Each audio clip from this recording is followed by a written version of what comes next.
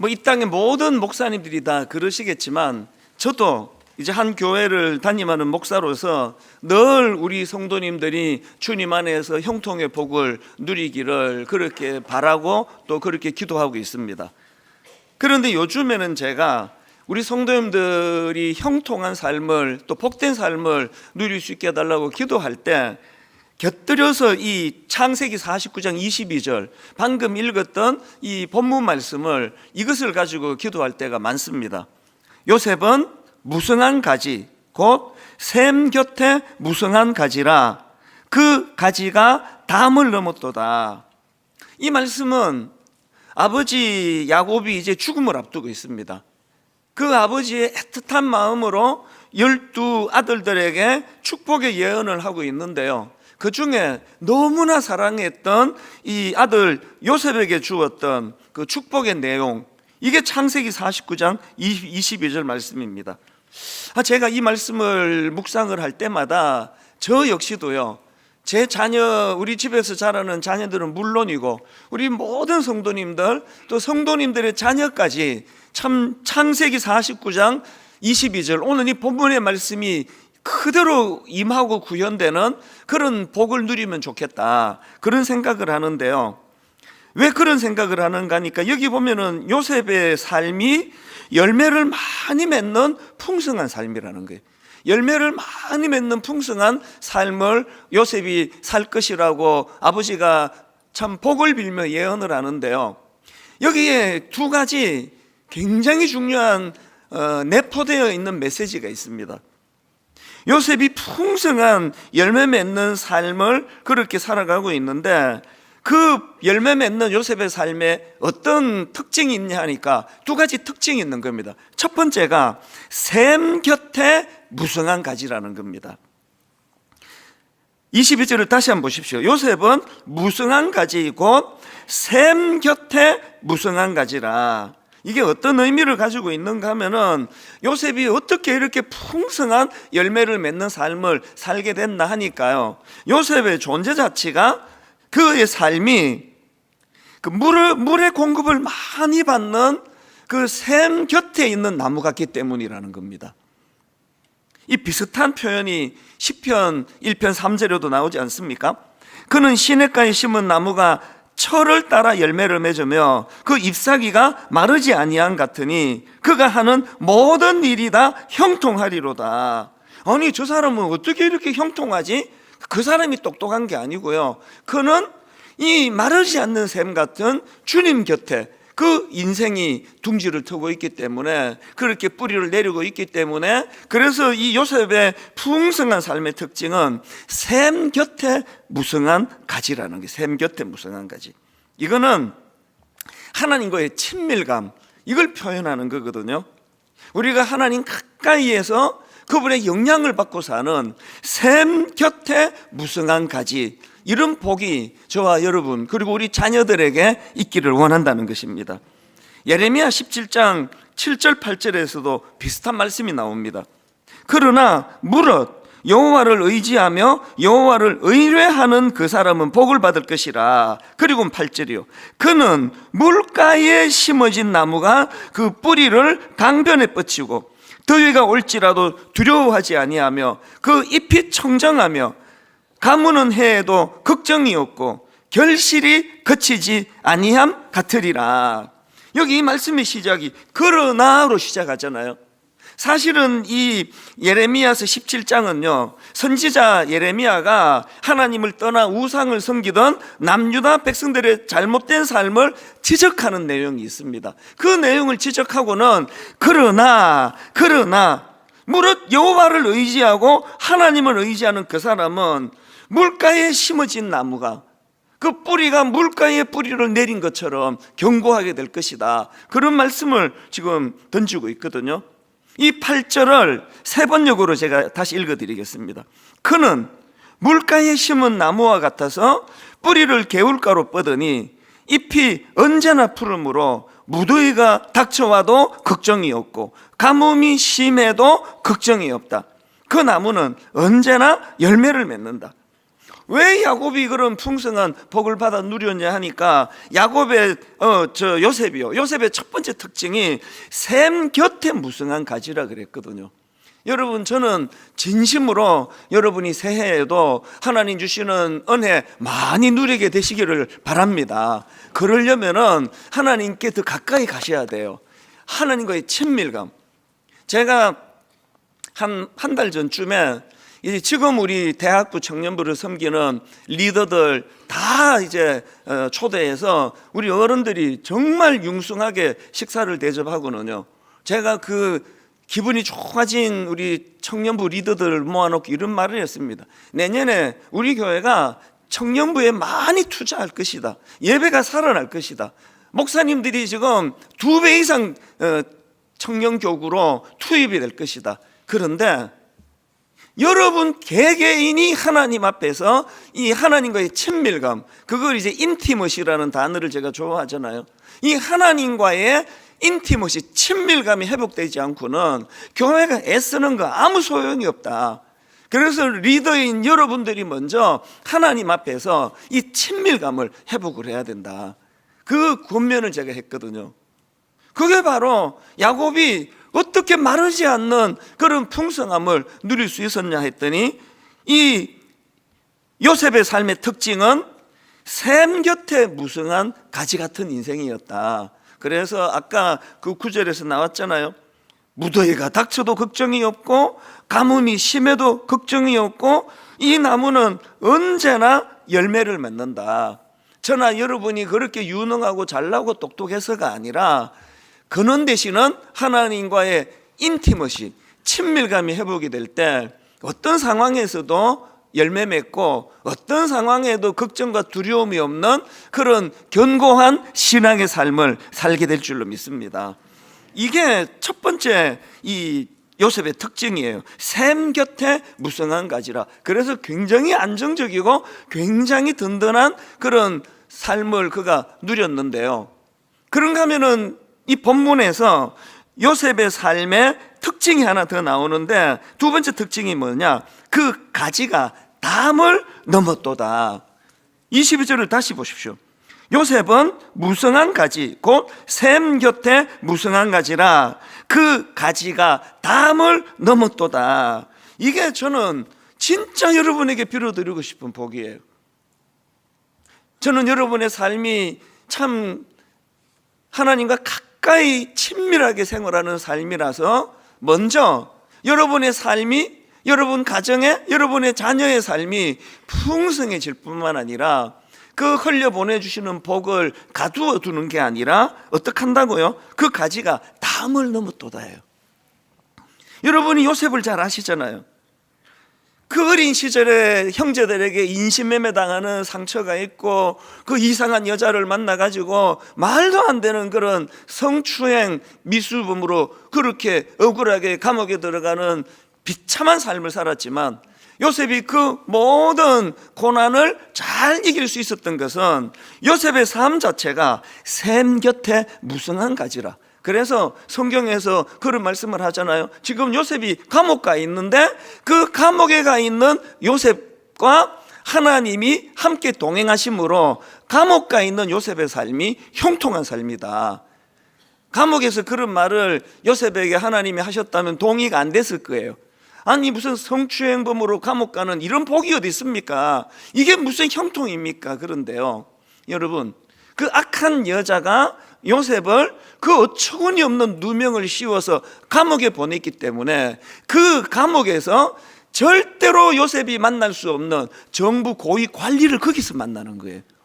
그리고 그것이 발판이 돼가지고 총리 대신의 자리로 올라가는, 이게 징검다리가 됐다는 거예요. 하나님 없이 살아가는 인생은, 감옥은 그냥 감옥이에요. 하나님 없이 살아가는 인생은, 고난은 그냥 고난으로 끝나요. 그런데 이 요셉이 누렸던 샘 곁에 무성한 가지의 삶을 살면요, 여러분이 겪는 아픔, 여러분이 당하는 억울한 누명, 여러분이 겪고 있는 상한 마음들이 오히려 하나님의 형통의 재료가 되는 줄로 믿으시기를 바랍니다. 그리고는 요셉이 그 모든 난관을 다 이겨내가지고는 온 세상이 기근으로 신음하고 있을 때에 요셉이 받았던 놀라운 그 축복이 그 가지가 담을 넘었도다. 그래서 요셉 한 사람으로 인해서 수많은 사람들이 그 혜택을 받아 누리는 그 내용들을 여러분이 다 성경에 보고 듣고 하지 않습니까? 그래서 저는 이 두 가지 균형을 이제 오늘 계속 여러분들한테 강조하기를 원하는데요. 요셉이요, 풍성한 열매를 맺는 삶이었는데 먼저는 요셉의 삶이 갈수록 풍성한 삶이에요. 갈수록 풍성한 삶. 아니 요셉처럼 뭐 10대 때 좀 고생하고 저처럼 20대 때 좀 고생하고 그래도 아니 40대가 되고 50대가 되고 60대가 되고 점점 갈수록 풍성해지는 게 그게 더 좋은 거 아닙니까? 막 엄청 젊은 시절에 막 부유하고 좋은 가정에서 잘 자랐다 하더라도 갈수록 어려워지는 건 아무도 원하지 않으실 겁니다. 요셉은 너무나 그 물된 동산 같은 주님 가까이 그분과 동행했기 때문에 요셉의 삶 자체가 풍성한 삶을 누렸고요. 그리고 또 그것으로 끝나는 게 아니라 그가 누리는 그 풍성함을 흘려보내는 삶을 살았다. 그래서 저는 그 가지가 담을 넘었도다. 그 가지가 담을 넘었도다.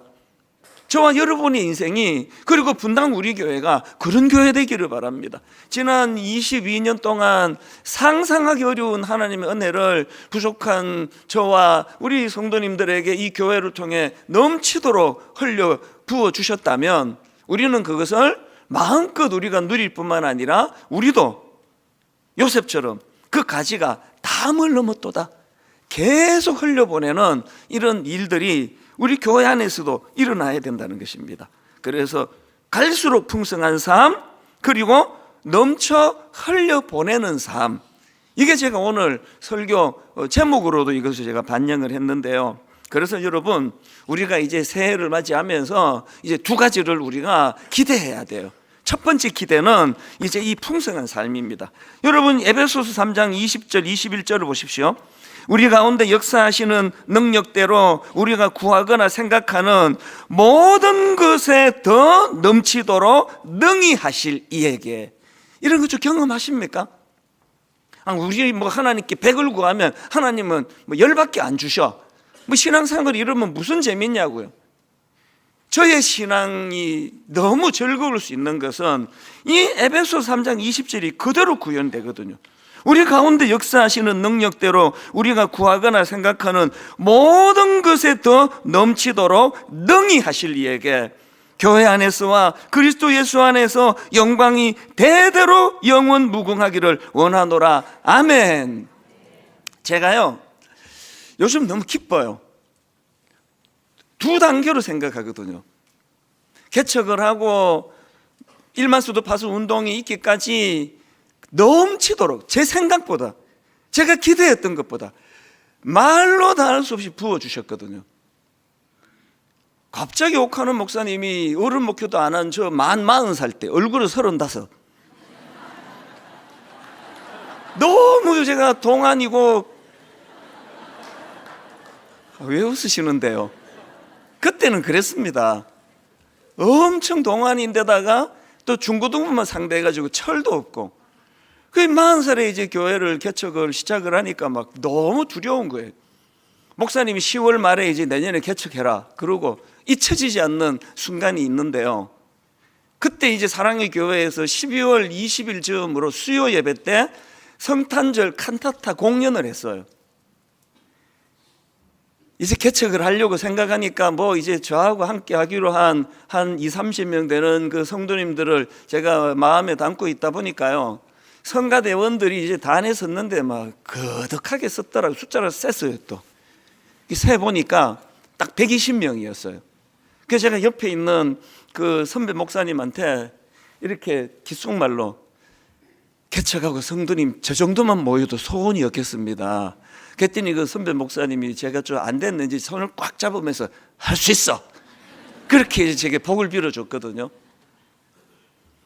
개척을 시작하고 이게 웬 은혜예요. 저는 도대체 제 그릇으로 120명 출석만 되면 하나님 저는 더 이상 원하는 게 없습니다라고 그렇게 기도를 했는데, 상상하기 어려운 은혜를 부어주신 거예요. 그래서 저는 에베소 3장 20절이요, 우리 가운데 역사하시는 능력대로 우리가 구하거나 생각하는 모든 것에 어떻게 해요? 더 넘치도록 능히 하실 그분을 제가 목회 가운데 날마다 경험하는 거거든요. 이 숫자적인 문제만이 아니에요. 제가 또 좀 의리부리하고 이러다 보니까 개척을 시작했는데요, 도대체 어른 목회를 해본 적이 없이 교회를 개척을 하고 목사님께 어디다 하면 좋겠습니까? 그 분당 같은 신도시가 좋겠지? 그래서 분당에다 했더니 나는 분당에 아줌마들이 이렇게 까다로울 줄 알았으면 나 일산에 했지 여기 안 했습니다. 매 예배만 끝나면 저 이찬수 목사는 말씀이 깊이가 없다는 겁니다. 중등부만 해가지고 내가 이게 이해가 안 되는 거예요. 내가 중등부 할 때 맨날 우리 애들이 불평하는 게 그거였거든요. 목사님은 말씀이 너무 깊어서 졸려 죽겠다고 맨날 졸리다 그러는데, 말씀이 깊이가 없다 그러니까 이건 뭐 어떻게 해야 되는 거냐고요. 일주일이 얼마나 빨리 가는지, 금요일 되면은 막 우리 또 여지사님 얼굴이 아른아른거리고 또 깊이 없다는 사람들이 막 머릿속에 떠오르는데, 토요일 되면은 막 가슴이 두근거리고 잠이 안 오고 그랬거든요. 그렇게 어리버리하게 시작을 했는데 하나님께서는 제가 어리버리하니까 너무나 유능하고 신실한 성도들을 보내주시고 장로님들을 세워주시고 우리 젊은 교역자들이 하나같이 너무 제가 감사해요. 제가 항상 하나님께 기도했거든요. 하나님, 저는 지금 분당 우리 교회에 넘치도록 부어주시는 게 버겁습니다. 그래서 제 용량, 제 능력을 벗어나는 일이 일어난다면 항상 저는 이 교회를 떠나기를 원합니다. 그리고 이렇게 기도했습니다. 하나님, 매 연말마다 제 한계로 할 수 없는 일들이 부닥칠 때에 하나님이 표적을 보여주신다면, 그 표적이 뭔가 하면은 기꺼이 우둔한 저를 위하여 어깨를 빌려주는 그런 동력자들, 그런 장로님, 그런 성도들을 하나님이 보내주신다면 이 목사, 분당 우리 교회 담임 목사 더 해도 된다, 그런 뜻으로 받겠습니다. 왜냐하니까요, 그 즈음에 제가 탈무드에 글을 본 적이 있거든요. 거인은 자기가 큰 사람이 아니래요. 거인은요, 자기를 위하여 기꺼이 어깨를 빌려주는 사람을 만난 그 사람이 거인이래요. 그래서 제가 그렇게 기도했죠. 하나님, 저는 우둔합니다. 그래서 기꺼이 어깨를 빌려줄 좋은 교역자를 하나님 보내주신다면, 그리고 좋은 장로님, 좋은 성도님들을 보내주신다면 제가 분당 우리 교회 담임 목사로 더 있어도 된다는 하나님 뜻으로 알겠습니다. 그랬더니 세상에, 저는요 뭐 모든 담임 목사가 다 그러겠지만 저는 우리 교회 부교역자들을 볼 때마다 감사가 넘칩니다. 얼마나 감사한지 몰라요. 이번에도요, 사실 우리 대학부 청년부가 저한테 원망을 좀 했거든요. 아니, 목사님 지금 잘하고 있는데 갑자기 왜 이렇게 우리를 들쑤셔 놓습니까? 왜 자꾸 대학부를 흔들어 놓습니까? 그리고 또 아니, 왜 우리랑 의논도 안 하고 목사님 마음대로 하시느냐고. 다 의논했는데. 그런 불평이 2학기 때 좀 있었거든요. 그러나 저는 자신이 있었습니다. 왜? 하나님이 표적을 봤거든요. 너무나 유능한 교역자들을, 너무나 청년을 사랑하는 교역자들을 계속 보내주시는 거예요. 이미 있는 우리 교역자들이 결의를 다지고 한번 여기에 우리가 젊은이들을 위하여 내 인생을 걸어보겠습니다, 그런 교역자들이 막 나타나니까 저는 표적을 본 거예요. 그래서 뭐 어떤 불평을 해도 눈 하나 깜짝 안 하고 막 밀어붙였죠. 이건 된다, 은혜 받는다. 그래서 저는 이 시간 주님 이름으로 확신합니다. 내년에 우리 청년부 살아날 줄로 믿습니다. 내년에 우리 3040 세대가 회복이 일어나는 역사가 있을 줄로 믿습니다. 그러니 제가 행복하지 않겠냐고요. 그리고 1만 성도 파송 운동 이후로 골다공증 걸린 것처럼 너무나 신실했던 우리 평신도 지도자들 한 70-80%가 나가고 대학부 청년부 리더들 80%가 나가가지고 너무나 혼미한 시간을 제가 솔직히 보냈거든요. 그런데 저는 선포합니다. 하나님께서 1만 성도 파송 이전에 완전한 부흥의 은혜로 내년을 이끄실 것을 저는 확신하고 있습니다. 이것들이 전부 에베소 3장 20절에 우리 가운데 역사하시는 능력대로 우리가 구하거나 생각하는 모든 것에 더 넘치도록 능히 하실 이에게 여러분, 이 교회에서 하나님 이 찬수 목사를 통해서 보여준 것, 이 좁은 제 생각을 뛰어넘는 하나님의 풍성함, 이 좁은 제 시야를 뛰어넘어 일하시는 하나님의 풍성함으로 22년 은혜를 주셨다고 한다면, 이제는 여러분 가정에도 그 은혜가 흘러갈 줄로 믿습니다. 여러분 자녀들에게도, 여러분의 삶에도 이 풍성한 은혜가 우리에게 임해야 되고요. 그런가 하면 두 번째로 우리가 구해야 되는 게 뭐죠? 그 풍성한 은혜를 가두어 두지 않고 흘려보내야 돼요. 그 가지가 담을 넘었도다. 여러분, 사도행전 20장 35절이요. 범사에 여러분에게 모본을 보여준 바와 같이 수고하여 약한 사람들을 돕고 또 주 예수께서 친히 말씀하신 바 주는 것이 받는 것보다 복이 있다 하심을 기억해야 할지라. 왜 주는 것이 받는 것보다 복이 있습니까? 이미 내가 주님 은혜로 흘려 넘치는 은혜를 경험했기 때문이에요. 주는 것이 받는 것보다 복이 있다. 분당 우리 교회를 통해서 하나님 은혜 주실 때 우리가 작은 교회들에게 마음껏 이것들을 흘려보낸다 할 때에 하나님은 우리 교회에 더 풍성히 공급해 주시리라고 믿습니다. 그래서 저는 이 요셉이 누렸던 이 두 가지요, 갈수록 풍성한 삶, 그리고 그 넘쳐 흘려보내는 삶, 이거를 우리 삶에 구현하기를 원하는데, 그러다 보니까 지난주에 제가 누가복음 4장 18절 19절 말씀이 계속 되뇌어지는 겁니다. 자, 우리 이거 같이 한번 읽어보실까요? 누가복음 4장 18절 19절 같이 읽습니다. 주의 성령이 내게 임하셨으니 이는 가난한 자에게 복음을 전하게 하시려고 내게 기름을 부으시고 나를 보내사 포로된 자에게 자유를, 눈먼 자에게 다시 보게 함을 전파하며 눌린 자를 자유롭게 하며 주의 은혜의 해를 전파하게 하려 하심이라 하였더라. 제가 이 말씀을 묵상하면서요, 먼저 하나님, 이건 사실 우리 주님이 이 땅에 오셔서 하실 사명, 예수님의 사명 선언문이라 할 수 있습니다. 그래서 제가 기도했죠. 하나님, 이것이 먼저 저와 우리 성도님들에게 충만하게 이것이 임하기를 원합니다. 그리고 그 회복과 치유가 일어날 때 우리도 누군가에게 이것을 흘려보내는 그런 선순환이 우리 교회와 성도님들을 통해 일어나기를 원합니다. 그래서 제가 이걸 간단하게 한번 설명을 드려볼게요. 자, 누가복음 4장 18절 제일 먼저 나오는 게 뭡니까? 주의 성령이 내게 임하셨으니, 첫째, 이는 가난한 자에게 복음을 전하게 하시려고 내게 기름을 부으시고. 여러분, 오늘 우리 시대야말로 영적으로 정신적으로 이 결핍을 느끼는 사람들이 얼마나 많습니까? 60년대보다 보릿고개가 있던 그 시대보다 먹을 것은 풍성해졌는지 몰라도 우리는 영적으로 정신적으로 너무나 가난해요. 너무나 결핍이 많아요. 그래서 우리는 하나님 앞에 늘 은혜를 구해야 됩니다. 이 세상 사람들이 하나님 성공과 부를 쫓아 저렇게 밤낮으로 뛰어다니지만 오늘 이 시대는 영혼이 가난한 시대입니다. 이 시대는 정신이 메마른 시대입니다. 매 예배를 드릴 때마다 하나님 영적인 공허함으로 신음하는 우리 삶 속에 개입해 주셔서 물된 동산 같은 은혜가 예수 믿는 여러분에게, 저에게 먼저 일어나고, 그리고 이것을 흘려보내기를 원해요. 그 다음 나오는 게 뭡니까? 나를 보내사 포로된 자에게 자유를. 18절을 다시 보십시오. 주의 성령이 내게 임하셨으니 이는 가난한 자에게 복음을 전하게 하시려고 내게 기름을 부으시고, 그 다음에 나를 보내사 포로된 자에게 자유를. 오늘 우리 시대는 억압과 중독의 시대 아닙니까?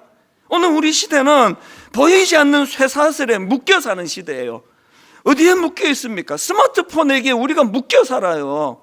밤낮으로 스마트폰에 중독이 돼 있고, 그런가 하면은 알코올 중독, 약물 중독, 이제는 마약 청정국이라고 하던 우리 대한민국에서 이제는 이 마약으로부터 자유할 수 없는 그런 묶여있는 시대예요.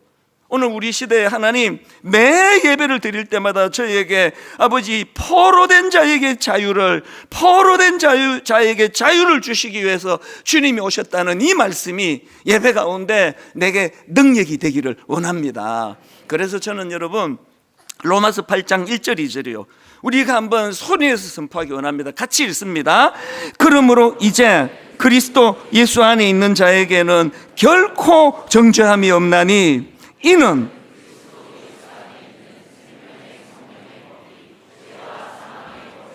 너를 해방하였습니다. 여러분, 예배 때마다 포로된 자에게 자유를, 여러분 우리를 해방시켜 주셨는데 무엇으로부터요? 정죄함으로부터예요. 묶여있는 우리들에 대하여 포로된 자에게 자유를 주시는 그 은혜. 여러분 지금 무엇에 매여 사세요? 물질적인 문제, 실직하고 경제적인 문제, 건강을 다치고 건강 치료에 대한 문제, 가정의 문제. 여러분 무엇에 매여 신음하고 있는지 모르지만 오늘 예배 가운데 성령님이 예수 그리스도 앞으로 우리를 인도해 주심으로 여러분 앞에 있는 이 말씀, 나를 보내사 포로된 자에게 자유를, 이 말씀이 여러분 삶에 이루어지는 예배가 되기를 바랍니다. 그런가 하면 세 번째 나오는 게 눈먼 자에게 다시 보게 함을 전파함이에요. 18절입니다. 주의 성령이 내게 임하셨으니 이는 가난한 자에게 복음을 전하게 하시려고 내게 기름을 부으시고 나를 보내사 포로된 자에게 자유를, 그 다음에 눈먼 자에게 다시 보게 함을 전파하며. 여러분 사실 현실적으로 스마트폰을 통해 가지고 엄청난 정보와 지식을 접하는 그런 시대지만요, 사실은 오늘 우리 시대는 그 어떤 시대보다도 더 어두운 시대예요. 암흑의 시대입니다.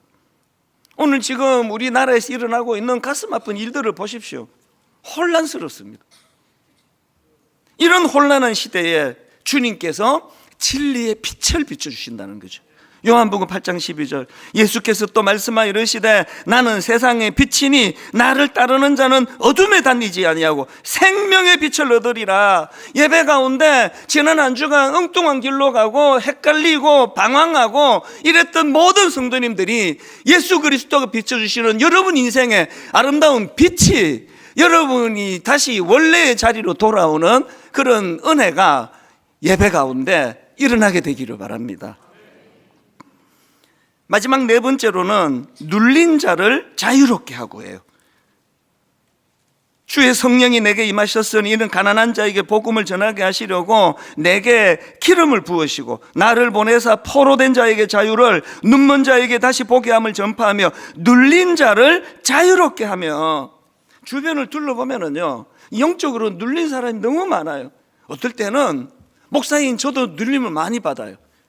많이 눌려요. 왜? 제가 감당할 수 있는 목회가 아니기 때문에. 토요일을 주로 많이 눌려요. 막 숨쉬기가 어려울 때도 있습니다. 그럴 때마다 저는 하나님께 구하죠.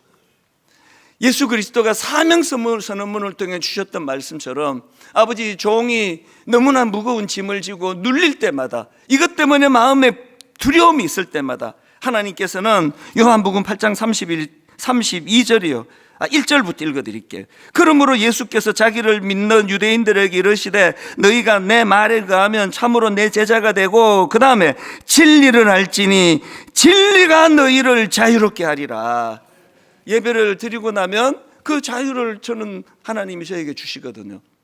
오늘 눌림을 가지고 살아가는 우리 성도님들에게 진리 되신 주님이 여러분에게 자유를 선물하시는 은혜로운 예배가 되시기를 바랍니다. 근데 여기서 중요한 게 있는데요, 18절에 맨 앞에 나오는 이 말씀이에요. 예수 그리스도가 이 모든 일들을 감당하시는데 전제가 뭐예요? 주의 성령이 내게 임하셨으니에요. 예수 그리스도처럼 우리는 그 성령님을 의지하고 성령님과 더불어 함께 이 놀라운 사명을 주님이 감당하셨던 것처럼 분당 우리 교회는 성령님을 더 의지하는 교회가 되기를 바랍니다. 내 힘으로 하는 거 아니에요. 성령님, 늘 보혜사 성령님, 내 곁에서 나를 도와주시는 성령님, 인격적으로 저는 성령님을 인정해 드립니다. 저는 그럴 때, 저는 누워 있을 때 가끔씩 그렇게 독백을 해요. 보혜사 성령님, 저를 아시지 않습니까? 내버려 두면 길을 잃어버리고, 내버려 두면은 가위 눌리듯 부담을 가지고 눌리고. 그래서 어떨 때 우리 가족들이 제 눈치를 좀 봐요. 아빠 오늘 왜 이렇게 어두워요? 여보 뭐 교회 뭔 일이 있었어요? 뭐 교회는 맨날 뭔 일이 있는 곳이니까. 그렇게 얼굴이 무거워지고 이럴 때가 있다면 성령님 보혜사 되시지 않습니까? 제 곁에서 저를 도와주시는 성령님, 저희의 이 무거움을 주님께서 불쌍히 여겨주시기를 원합니다. 우리 교회는 자기의 의를, 자기의 실력을, 자기의 공로를 의지하는 교회가 아니라 분당 우리 교회는 성령님을 의지하는 교회가 되기를 바랍니다. 그래서 여러분, 이 은혜를 우리가 누려서 먼저 이렇게 주님의 은혜로 말미암아 우리 삶에 치유가 일어나고 회복이 일어나고 자신감을 회복하고 용기가 회복하는 일이 먼저 일어나고 그것이 회복됐을 때 흘려보내는 거예요. 저는 오늘 예배의 한 해의 마지막을요, 이 영상으로 드릴 수 있게 된 걸 저는 너무 감사하게 생각해요.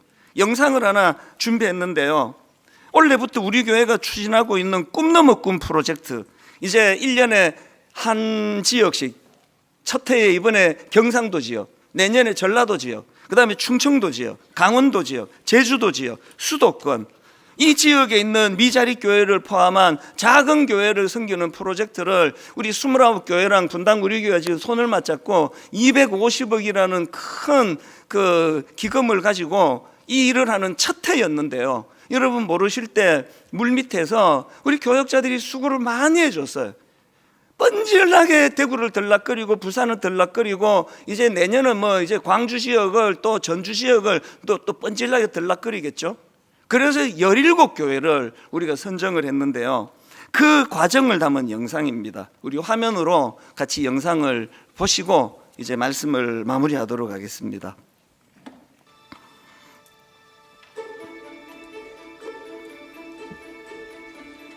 저희 대형교회는 52년 전 대구시 수성구 만촌동에 위치한 작은 언덕에 세워졌습니다. 2년 전 제가 부임할 때 저희 교회는 코로나 팬데믹을 지나면서 또 한 번 어려움을 겪은 상황이었습니다. 52년 지나는 동안 제가 9번째 목사일 정도로 어려움이 많이 있었고요. 상처가 있던 교회였는데요. 주님이 원하시는 것이기에 기쁜 마음으로 섬기고 있지만 재정과 섬김이들의 부족으로 그저 작은 날갯짓에 불과했던 저희 교회를 꿈 넘어 꿈 프로젝트에 선정해 주시고 복음을 위해 힘을 내어 달려가라고 응원해 주심에 진심으로 감사드립니다. 꿈 넘어 꿈 프로젝트의 소식을 우리 목사님께로부터 들었을 때 우리 원성도들이 정말 박수치면서 정말 감사했고, 하나님께서 우리를 포기치 않으시고 사용하시는구나, 이런 고백들을 나누셨고요. 또 저희 사랑방 리더들과 이 소식을 나누었을 때는 힘겨웠던 시간들을 통과하고서 이제 다시 일어나 보라고 하나님 용기를 주시는 것 같다고 고백하시는 권사님들, 그런 청년들의 눈물의 고백들도 있었습니다. 이 길로 인도하시는 것이 정말 우리의 생각이 아닌 하나님의 생각으로 이 자리에 저희들 있게 해주신 것 같고, 지원받게 되면 그 받는 힘을 또 이용해서 앞으로 또 우리가 이 사랑을 또 나눠주자 이야기를 하면서 감사히 잘 받자라고 그렇게 기도를 했었습니다. 저는 이번에 꿈 넘어 꿈 프로젝트 경상 지역 멘토로 섬긴 대구동신교회 문대원 목사입니다. 대구 경북 지역에 있는 많은 목사님들을 직접 뵙고 또 사역의 이야기를 들으면서 사실 큰 도전도 받고 감동도 많이 받았습니다. 한국교회 목사님들이나 성도님들이나 대부분 우리 교회, 내 교회 중심으로 사역할 때가 많이 있습니다. 하지만 예수님의 교회는 눈에 보이는 내 교회가 전부가 아니라 정말 이 나라에 있는 또 전 세계에 있는 많은 연약한 교회들을 포함하는 것을 배울 수 있었습니다. 하나님의 나라를 함께 세워가는 그런 연합과 동역의 교회가 될 수 있도록 힘써서 노력하겠습니다.